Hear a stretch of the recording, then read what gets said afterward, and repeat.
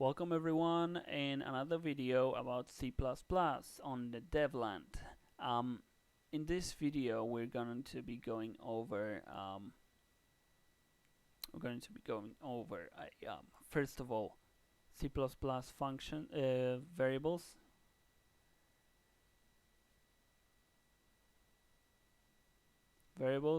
then we're going to be going over functions, and then third of all we're going to be going over namespaces.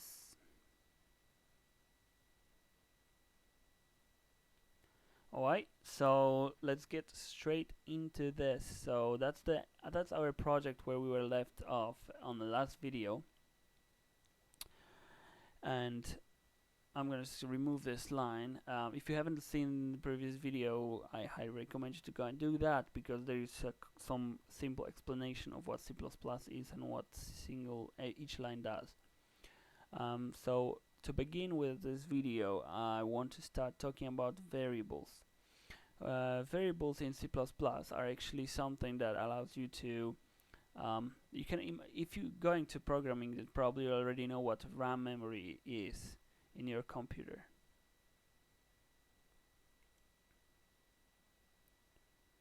It is what is used by C++ to store any data.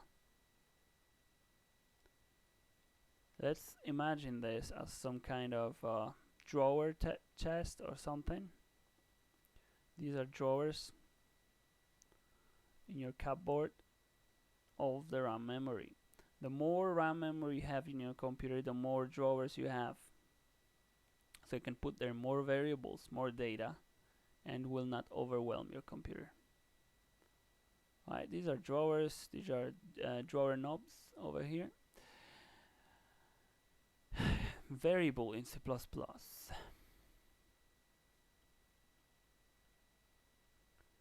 Variable, it's this. Let's say that this is your variable. It's a drawer inside your RAM memory. It could be bigger or smaller. It doesn't really concern you, because in C++ you don't really need to deal with this kind of low-level stuff. All you need to know is that variable actually tells your computer to open up the drawer and, hey, I want to put something into this drawer, let me in, and system lets in, and then it's kept in your RAM memory. This variable is actually kept in your RAM memory, and then you create another variable and it's stored elsewhere, and another variable is stored elsewhere. You can access these memory drawers whenever you want, and when you do too many variables, when you have not enough RAM memory, of course system Windows takes some of the RAM memory, and also any programs that run on your PC currently, even our IDE that we are using to program this and stuff that I'm using here, it uses RAM memory on runtime. There's many various variables within these programs that use RAM memory, and that's normal, that's okay. The core concept is to lower your variables. I mean, make as small amount as possible of the variables, so you can have more RAM memory spare. The way the variables works, you need to declare variables. So declaring variable,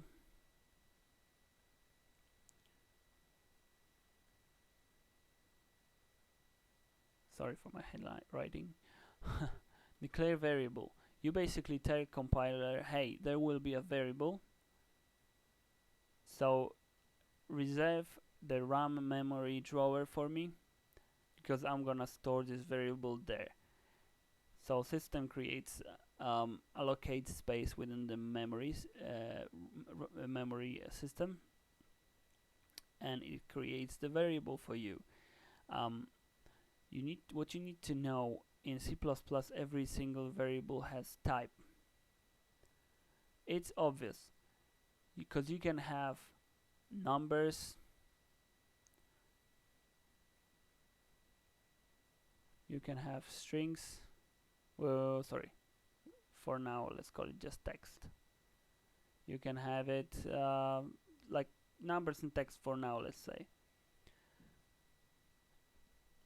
And variable have type, so you have to tell compiler or actually system whether you want to reserve drawer for the number or for the text or for something else. Second thing that the variable has is the name of the variable. Name of the variable is actually something you come up with, so it's something that's case sensitive. Entire C++ is case sensitive actually.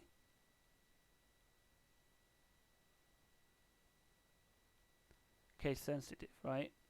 And it actually applies to this too. Everything in C++ is case sensitive. That's probably something I should already told you on the last video. And it's something you come up with.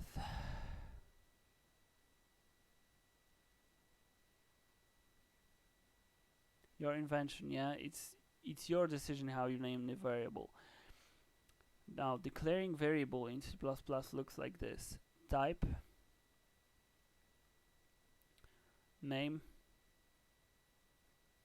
and a semicolon. Or if you have some certain variables that you want to initialize with some values on the very beginning, you can go type, name, equals value. So that's how you declare variables in C++. So it's enough of the theory for now. Let's try to declare a variable in C++ over here. So we're gonna do it on the top. You can do it in the function main, but you don't really have to. Let's go and declare it in here. And possible variable types are for those standard ones, because you can create your own types, but this is something for much later video. Something about object-oriented programming, which we're gonna be learning as well. Anyways, types for the variables are, for example, int stands for integer, which is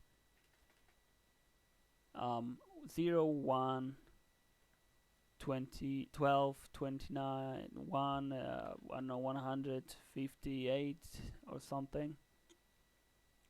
But you cannot have numbers 0.0 or 259.74 or something. You can't have this. It's around full numbers. You can have also negative numbers too. So we declare variable, as I said before. Type is gonna be number, which is just the integer number thing here. Second thing is a name. Name is, as I said, your invention, so you come up with the name whatever you want. I'm just gonna call it my integer, and then semicolon, because I don't want to initialize it with any value. It means that it will be 0. That's how compilers understands it. If you don't do this or this, it will assume that it's a 0. Now, if you do something like that, spaces are not accepted in here. It has to be a one word continuously. Yeah, that's why instead of spaces I'm using this. Now, I declared my integer variable.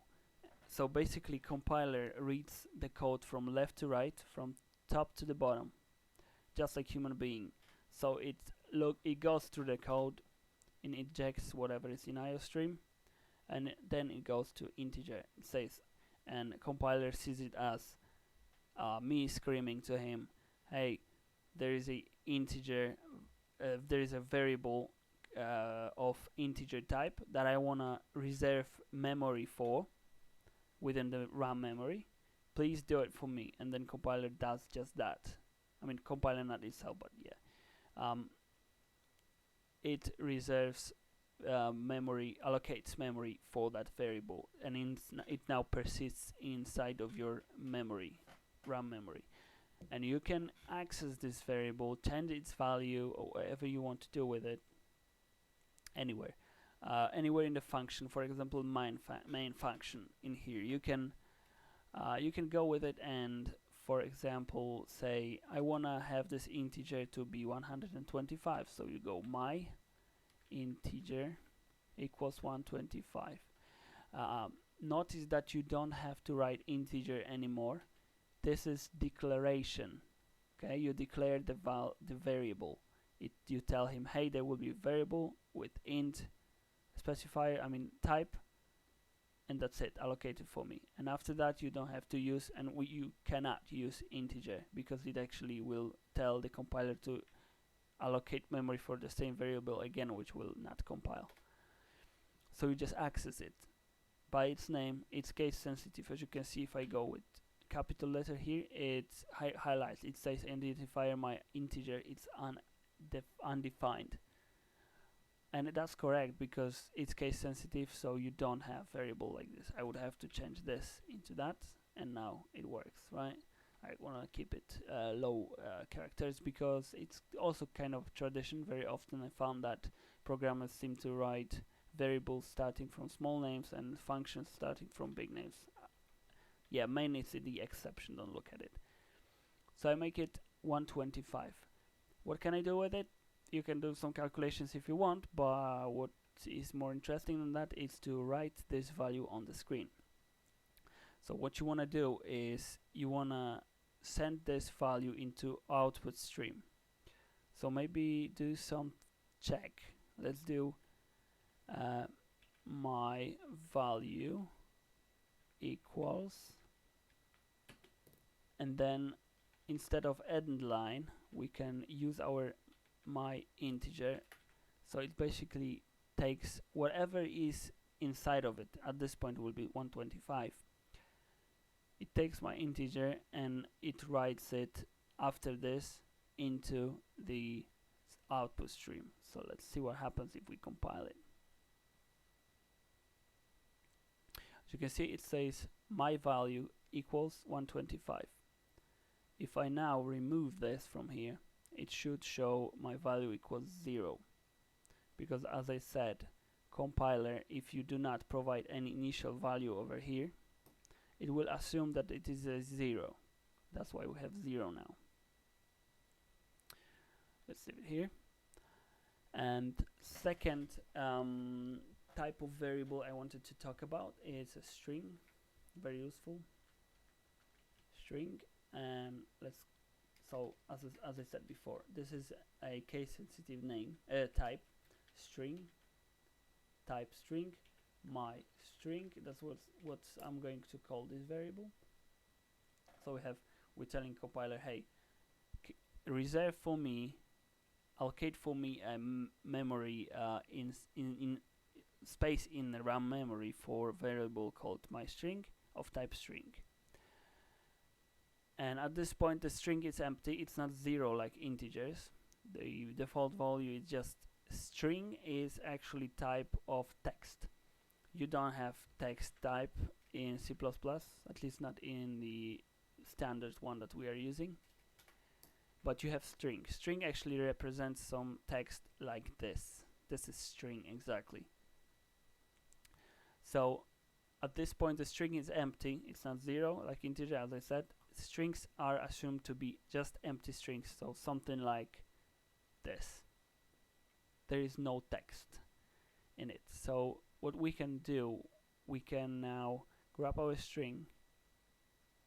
Okay, there is one more thing you need to know about. There is also type called character, and character allows you to actually initializing a single character. So output stream understands character.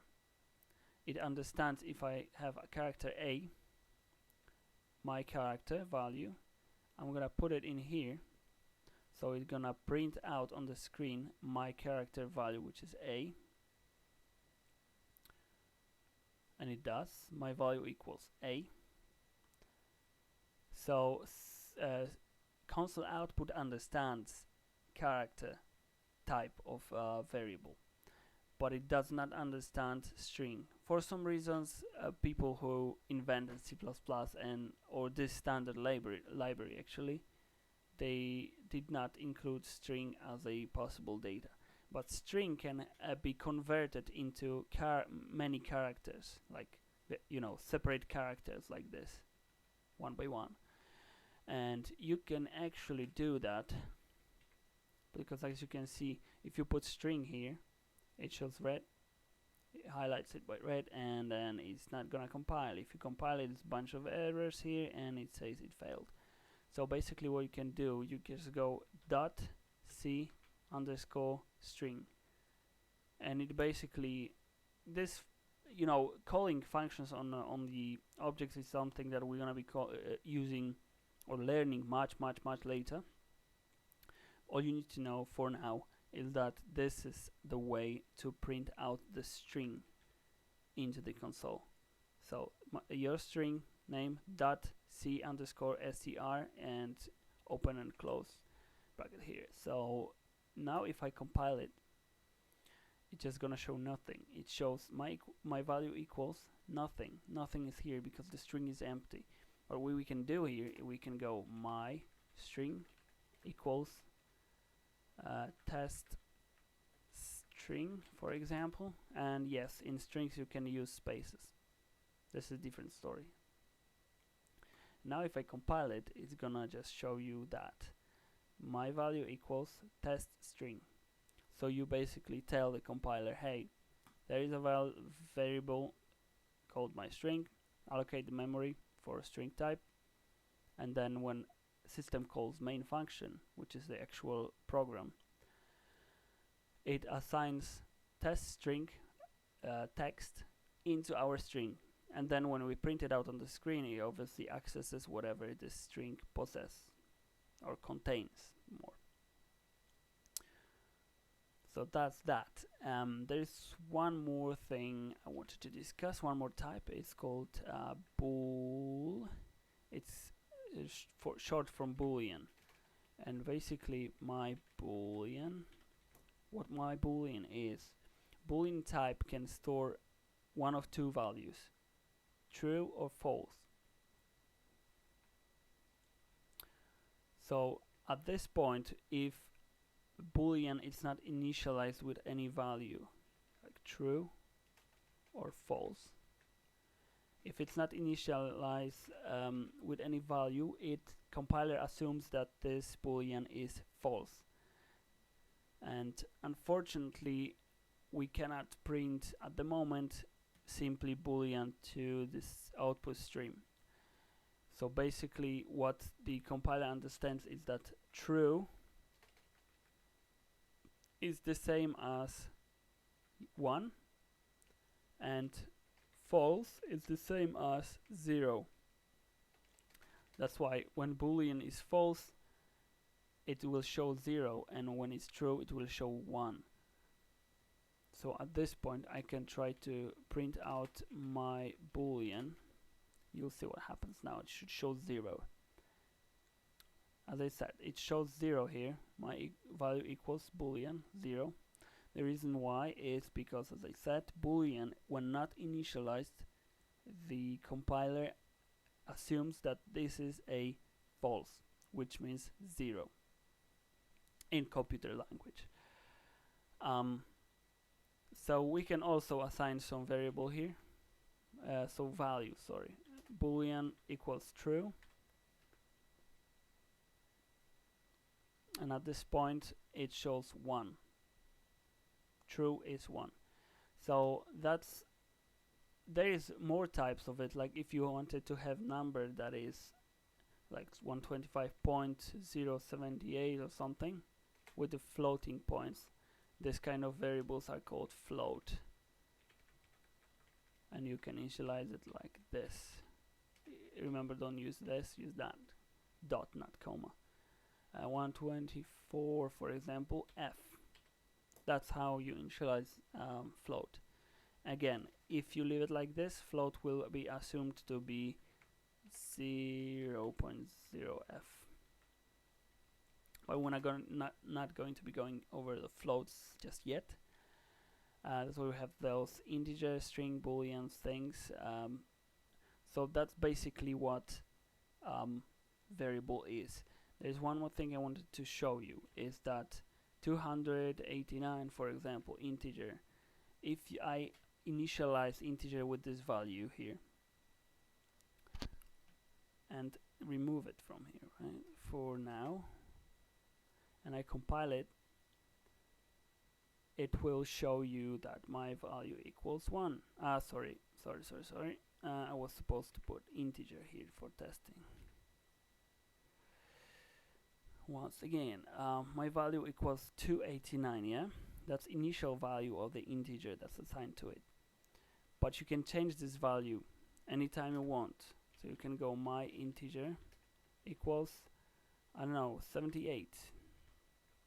At this point, what compiler does, allocate memory for me for this integer variable, and I want to put 289 number inside of it. Then it calls the main function, and main function says, hey compiler, listen, I want to change my integer value to 78. You say, okay, let's change it then.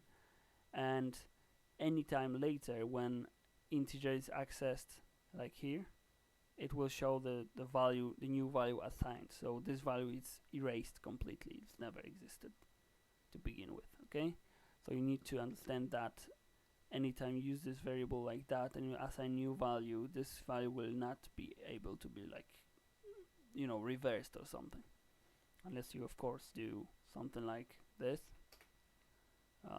My integer equals 289 again, and then again you write this line.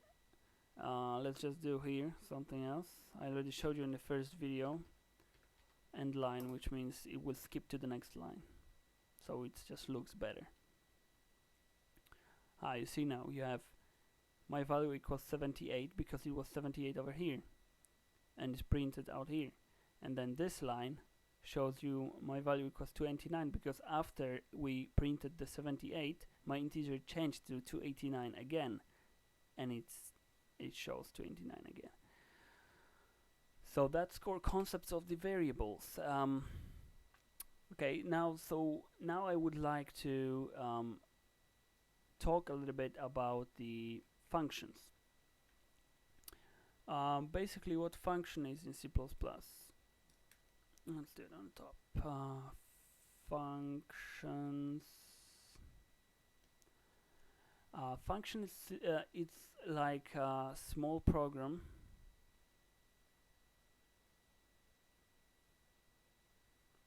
It's like small program inside your program, right? And that's what you need to remember always. As functions are closed little programs that can access outside world, but outside world cannot access what's inside of them. They only can call the function. Whatever it does is a small program, so it has some functionality. Yeah, that's your function. That's your function, and it does, for example, 1 plus 1 plus 2 equals 3. That's the instruction that function does. It's the little program that calculates 1 plus 2. And you have your main function here. Main function C++,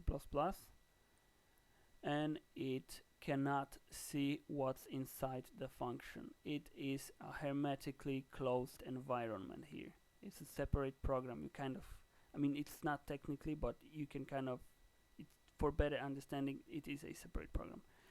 So nothing else can see what's inside of the function, but they can call function. So they can make this function run. They can execute it. Whatever it does inside, it doesn't matter, but they can execute the function. And the idea behind function is that you can modularly separate your program into smaller programs, so you can reuse the function whenever you want. You don't have to call the entire hundreds or thousands of lines of code. You can separate it for smaller programs, so that's cool, that's handy and modular. But what function has the declaration of function? Whoops.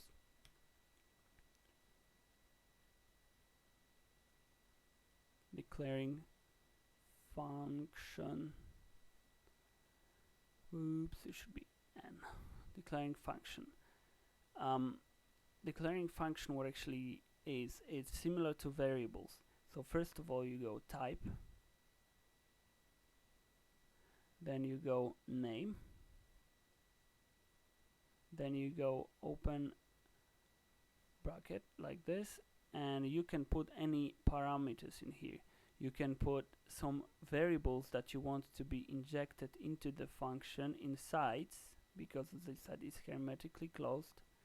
So yeah, but you can inject some variables inside of this function through this point. You don't have to, you can leave it empty, but you can.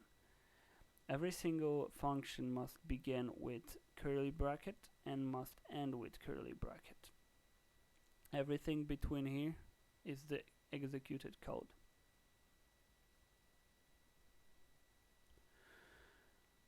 And with that said, we can get on to the actual code and create our own function first. The reason why I'm creating function on the top of main function is because if I do it below, the main doesn't know about it, because compiler compiles it from the top to the bottom, which means that it will create a function if I put it here, and the main can access it. But if you create main and then create function, it will not, the function will not be seen by the main. So to create function, you already know a couple of types like integer, string, and boolean. Let's do it integer. Integer is a return type of the function. Then name of the function, it's your own imagination, so you can go my function. We do not want to inject anything into the function, so leave it empty, and curly brackets. There is a holy war between programs that some of them like to write it this way, and it's completely fine. It will compile, it will work, but I think it's just more readable, so we can know that here's the start and here's the end of the function. And actually Visual Studio already highlights it for you whenever it's a begin and end. The function can must return something. At this point, integer main, it does not return anything because our compiler is quite smart, so it just skipped this step. Return 0. I'm just gonna write it and explain what that is actually. It's a type of the function, like type of the variable, but variable stores stuff. Function doesn't. Function's a runtime thing, one runtime program. So basically, when you declare a function like this, you tell compiler, hey, there will be a function that will return some kind of integer value. So in the end of function or any point, you need to go return 1, 25, or 0, or I don't know, like this, something. Or I don't know, you could do minus 123 or something like this. Yeah? So let's go with 0 for now. And my function just, at this point, it returns 0. If you want to have different type, like string, you can go and return some text here, and it will return this text from the function. Or boolean. Oh, sorry, bool. Bool, and it could return true or false. Yeah? But at this point, we're just going to leave the integer type and return 0. So what we want to do here is, function is a small program, so we can execute anything. At this point, if I go and run the program, it will show that it just shows my value equals my integer, which is 0 because it's not assigned anywhere, and that's it. And this function does nothing, it's not called, it's just there. But it can actually do the same as main function. You can call something, you can print something on a screen. So let's check if our function will be executed. Cout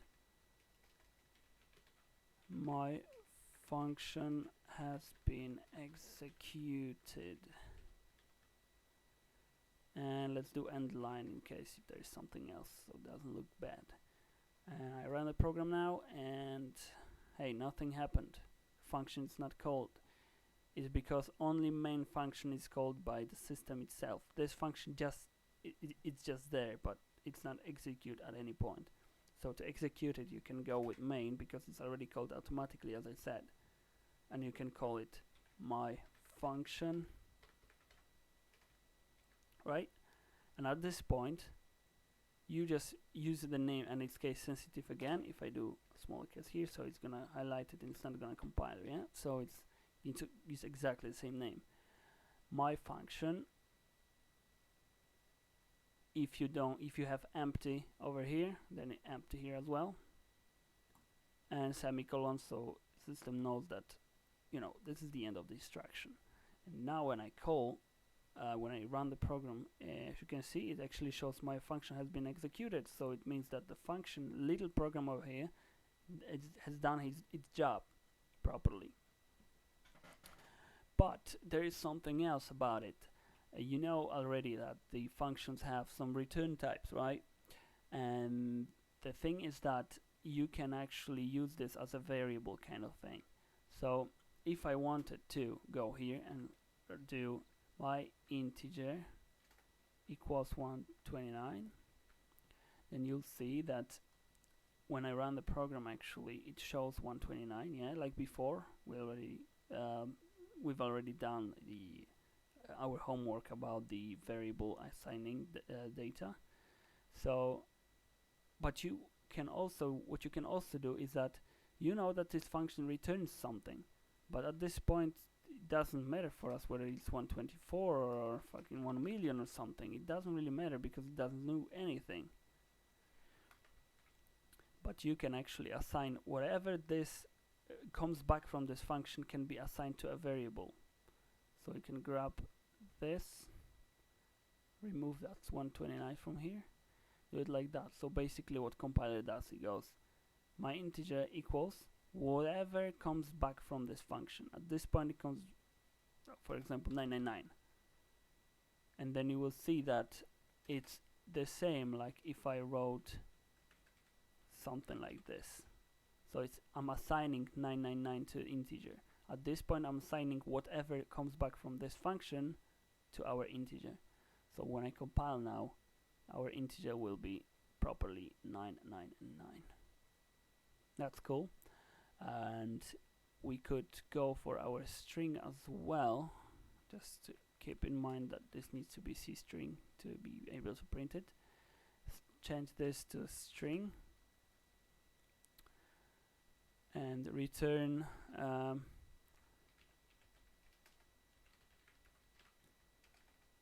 I'm Michael. It will return a string called I am Michael, but we need to assign it to the string itself. So we grab our string here, we assign to it whatever comes back from function.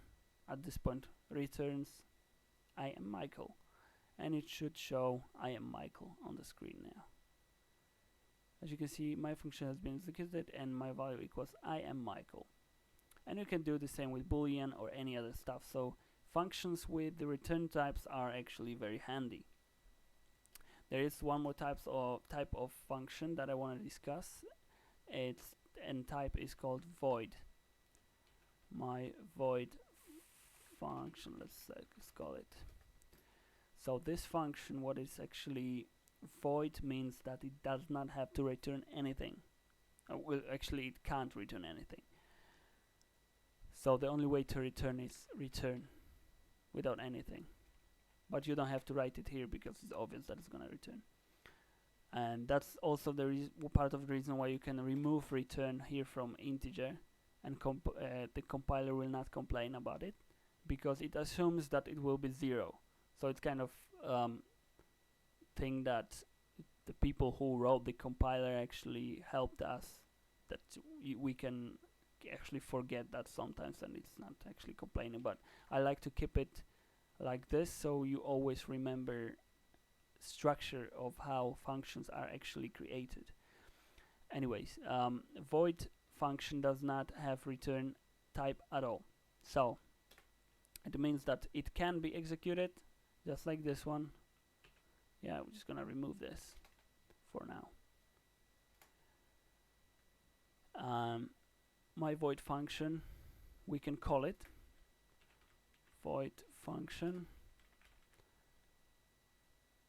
and we'll do just good job. My function is being executed, my value equals nothing because it's my string. My string is only used here. Anyways, there is good thing, when you click it once, it will highlight all the appearances of this variable. That's cool. So we have this variable, and it doesn't have anything. That's why the application shows you nothing here. But this function has been executed, which is actually something I should call my void function, so to be specific. So my void function has been executed, but it doesn't return anything. So even if you do here like my integer, it's just gonna fail compilation. See, failed. It cannot convert void into int. Obviously, this is like nothing, and this is a number, so cannot convert nothing to number, right? So that's good. Good. We've got all of it, and now when we actually try to, I mean, all of these functions, they have very similar structure.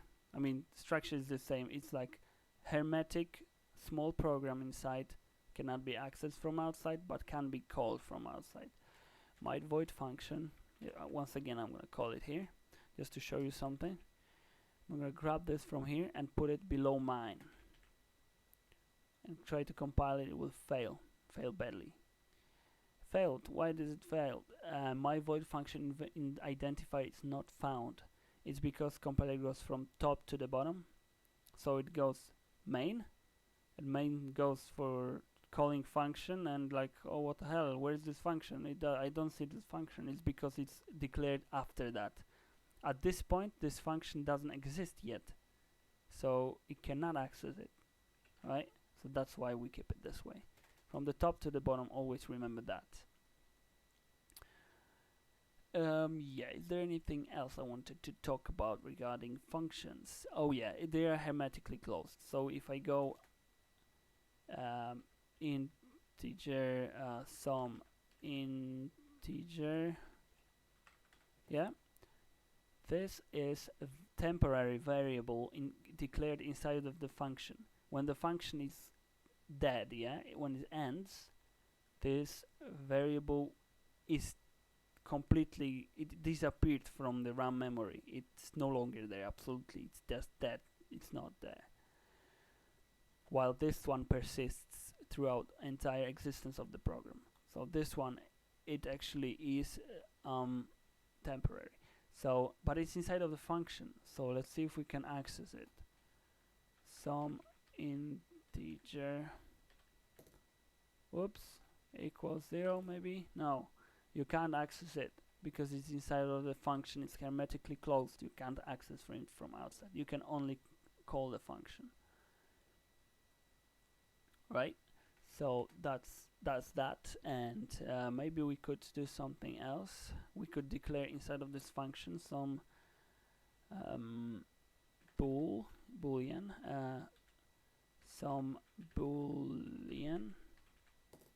and it's false by default. Just some boolean, and we're gonna has executed, and then we're gonna print another line. Some boolean equals, and some boolean equals some boolean. So whatever is inside of the boolean will be shown on the screen. This one we can already remove. So take a look at this. Well, it's not compiling. Uninitialize. So at this point I need to initialize. So let's go false. Okay, let's call it. So my void function has been executed, and after it shows my some boolean equals 0 because it's false. False is 0, as I told you.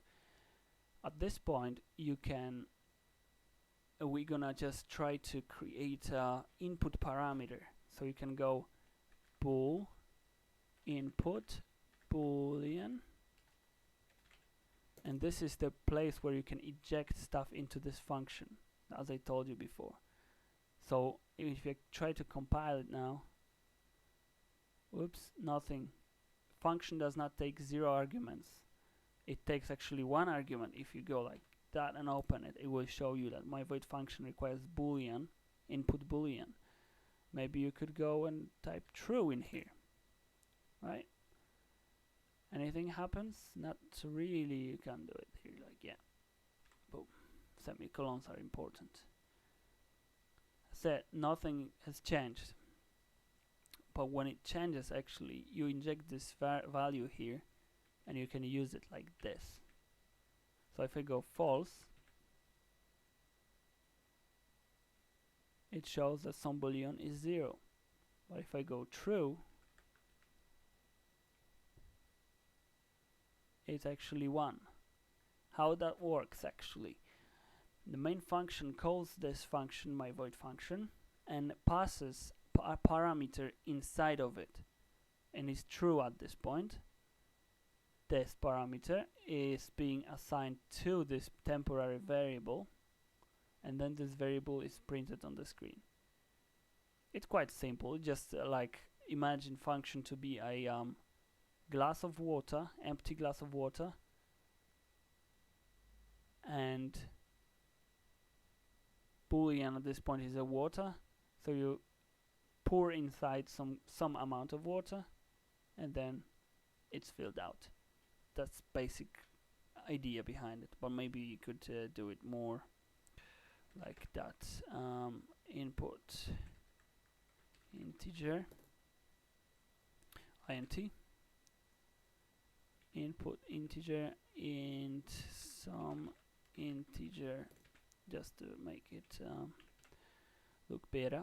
So now you can have 0 here.